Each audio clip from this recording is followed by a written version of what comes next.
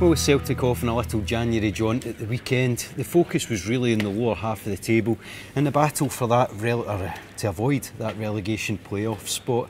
There's 4 teams down there at the moment, Euan, 3 points between them, and this is where fans are really getting their excitement in the Scottish top flight this season. Yeah, well, thank God for the playoff slot that's been introduced this year, because otherwise with Hearts' 15-point deduction it would have been pretty much nothing to write about or talk about at this stage. But yeah, we've got 4 teams that could, any one of them could easily finish in that second bottom spot.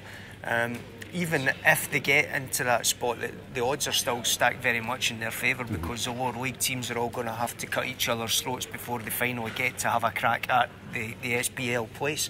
However, it's still a worry for them. And I was at St Mirren losing to St Johnstone at Perth at the weekend, and Danny Lennon was furious with his team because he just can't understand why his guys never seem to perform unless their backs are up against the wall, unless they are under pressure or in danger of going into the relegation spot. And so here they are again. You look at ahead, Ross County have strengthened with the January transfer window. Chris Boyd is a key for Kilmarnock. If he was to perhaps leave this month, he is the main source of their goals. I think if Kilmarnock were to lose him, it would be a bitter blow, and they would probably look favourites to finish second bottom at that stage. St Mirren, at this stage, I would have to fancy them as possibly being down in that scrap, not getting back out of there, unless Danny Lennon can produce some kind of reaction. And as for Partick Thistle, Lyle Taylor looks to be a fantastic signing, and he will give them a big boost throughout the rest of the campaign. Could Derek Adams regret some of his comments at the weekend, do you think, about Lyle Taylor? I mean, he's a man who's been known to sort of put it quite frankly, shall we say, in his post-match interviews. Yeah, he has a gift for rubbing people up the wrong way, it seems. But he'll set his team out the way they have to be done, and Partick Thistle will do theirs. There'll be no... The fact that Derek Adams has said something about him, it isn't going to make much of a difference, I wouldn't think. But it's going to be interesting in the next couple of months.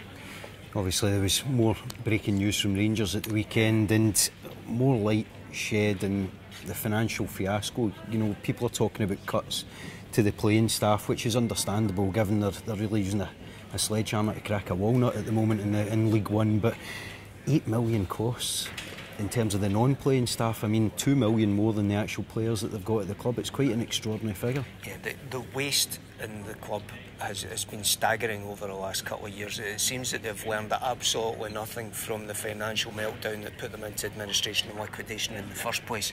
I had said from the start that I didn't think Rangers needed to have the second biggest wage bill in Scotland to win the third division and now League One after this.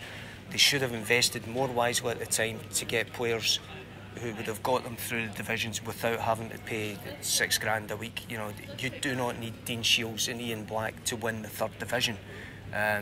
So the playing budget has been wasteful anyway. But then you look at what's going on off the pitch, and you've got guys earning a fortune to run the club, and they're not running the club properly. We're talking now about bringing in a guy to cut costs. Well, surely the finance director and the chief executive can do that. So why should they be paying someone else to go and do that? It's just lunacy, and something has to be done. To be honest, Gregor, you or I could go into that club and we could make cuts easily. I mean, speaking of people trying something a bit different as well lower down the leagues, we have to make, before we go, special mention of Albion Rovers, who introduced this pay what you want deal at the gate at the weekend, and saw over 125% rise in the crowd, 165% up in the pie stall. I mean, it's a bold experiment, but it could be really one that other clubs could look at. Yeah, it's a fantastic idea, and I don't think people would take the mickey either. You pay what you can afford, yet fine. You're not going to get guys just throwing in £1 or throwing in a couple of pence. They will pay what they genuinely think is a fair price. And perhaps that's the way forward. And as you said there, the fact that you're getting more people buying pies, more cups of tea being sold, more programmes, it could really be a way forward. And I hope that it works out well for Albion Rovers and that they're getting a lift out of this. Well, don't forget to keep an eye on the site today for any breaking news from Scottish football and beyond, and also keep an eye on tomorrow's paper as well for all the latest. But from myself and Euan, thanks very much for joining us.